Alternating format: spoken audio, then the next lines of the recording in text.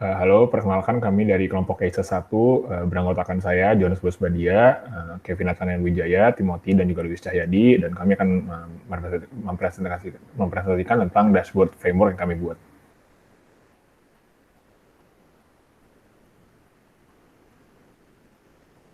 Oke, sekarang pertama-tama kita akan membahas tentang company profile. Jadi AS Hardware mempunyai visi yaitu menjadi retail terdepan di Indonesia untuk produk perlengkapan rumah tangga dan gaya hidup, dan memiliki misi yaitu menawarkan ragam produk berkualitas tinggi dengan harga bersaing dan didukung oleh layanan terpadu dari tim profesional. Kemudian ada 4 goals yang kami rumuskan, yaitu yang pertama mewujudkan diferensiasi nilai dan kesadaran merek dalam menghadapi persaingan ketat. Yang kedua, memberikan layanan yang terbaik untuk pelanggan melalui sumber daya manusia yang profesional. Yang ketiga, membangun ekosistem penjualan digital. Dan yang keempat, mewujudkan harga yang bersaing.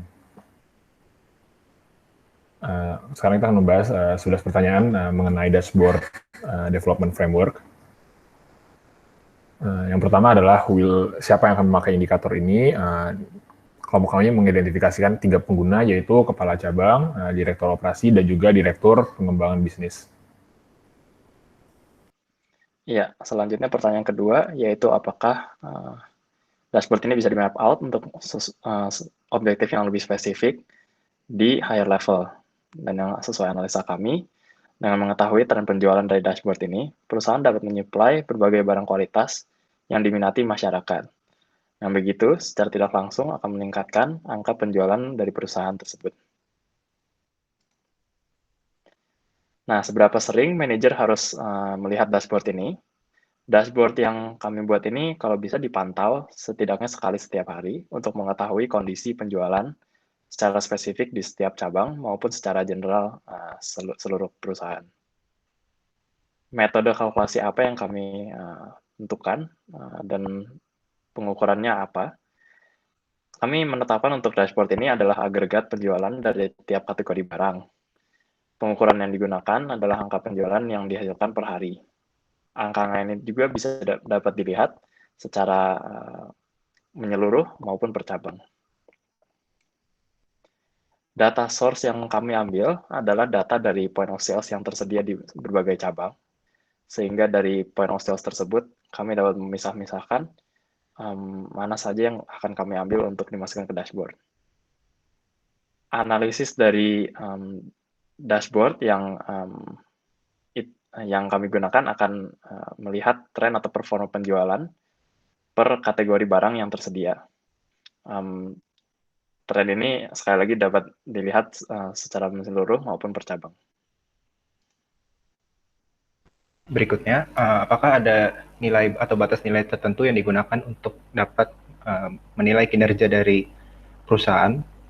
Jadi batas yang dianggap baik adalah ketika terjadi peningkatan dari 2 periode waktu tertentu itu sebesar 5%, atau dinilai buruk ketika penurunan terjadi lebih dari 5%. Dan bagaimana visualisasi dari dashboard ini? Yang pertama, kami menggunakan grafik dalam bentuk grafik garis untuk menampilkan grafik penjualan, lalu menggunakan pie chart untuk memberikan gambaran perbandingan atau porsi penjualan berdasarkan kategori barang yang ada. Lalu penjualan kategori atau kategori barang yang terbanyak atau tersedikit kami tampilkan untuk dalam periode waktu tertentu seperti top 5 gitu, dan informasi penjualan dari setiap kategorinya. Aksi apa yang perlu diambil ketika terjadi kinerja yang baik atau buruk teridentifikasi? Jadi yang pertama, lakukan analisis penyebab kinerja itu bisa terjadi ketika kinerja baik ataupun kinerja yang buruk, dan menghubungi pihak-pihak yang bertanggung jawab seperti kepala cabang contohnya. Lalu bagaimana dashboard ini akan dimonitor dan disimpan dalam jangka waktu yang lama? Jadi sistem akan mengeluarkan data visual yang bisa dipantau setiap saat oleh kepala cabang. Lalu untuk direktur operasi dan direktur pengembangan bisnis dapat diberikan laporan tiap periode waktu tertentu untuk memberikan gambaran mengenai kondisi bisnis perusahaannya. Lalu semua data yang ada dan semua data yang sudah diperoleh ini akan disimpan di dalam sebuah data warehouse milik perusahaan. Apakah ada potensial bias ataupun Potential bias pada metode atau yang metode pengukuran, ataupun apakah ada insentif yang diberikan kepada orang-orang yang terlibat. Sampai saat ini tidak ditemukan kemungkinan adanya bias pada metode yang digunakan. Lalu insentif ini dapat diberikan berupa bonus ketika hasil kinerja dari penjualan ini cukup baik. Oke, jadi dari 11 pertanyaan yang tadi ini sudah dijawab, kita sudah membuat prototype dari dashboard yang kita buat. Untuk membuat prototype ini, kita menggunakan bantuan teknologi dari Klipfolio. Yang di layar ini adalah link dari dashboard yang sudah kita buat. Oke, ini untuk bagian pertama ya. Ini sesuai dengan yang tadi setelah disebutkan oleh teman saya. Ini adalah bagian yang menggambarkan tentang top 5 kategori by sales. Jadi isinya ini 5 kategori dengan penjualan tertinggi. Tujuannya itu untuk membantu ACE dalam menentukan fokus penjualannya. Jadi misalkan jika kita dapat dianalisa bahwa bed and bath dan otomotif ini 2 teratas, mungkin tingkat variasi dari barang-barangnya bisa ditingkatkan seperti itu, atau diadakan promosi-promosi lebih lanjut.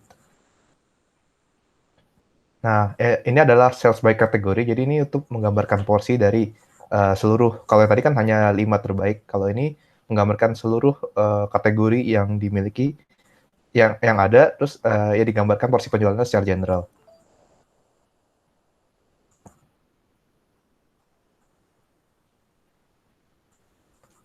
Nah, kalau ini tuh jadi menggambarkan performance penjualan dari tiap-tiap kategori dibandingkan dengan 30 hari sebelumnya. Misalkan ini adalah data dummy, jadi misal dapat diketahui bahwa household sales mencapai $70 pada hari ini dibanding naik 22% dibandingkan 30 hari lalu. Data ini tuh untuk menggambarkan tren penjualan dari tiap-tiap kategorinya.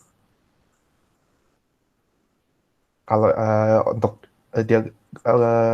diagram garis ini digunakan untuk menggambarkan gross sales-nya ya. Jadi bisa dilihat di 2 hari terakhir mengalami penurunan, lalu di Mei tanggal ke-5 sampai Mei ke-7 mengalami kenaikan. Hal ini digunakan untuk menunjukkan secara sekilas apakah penjualan meningkat atau menurun. Seperti itu.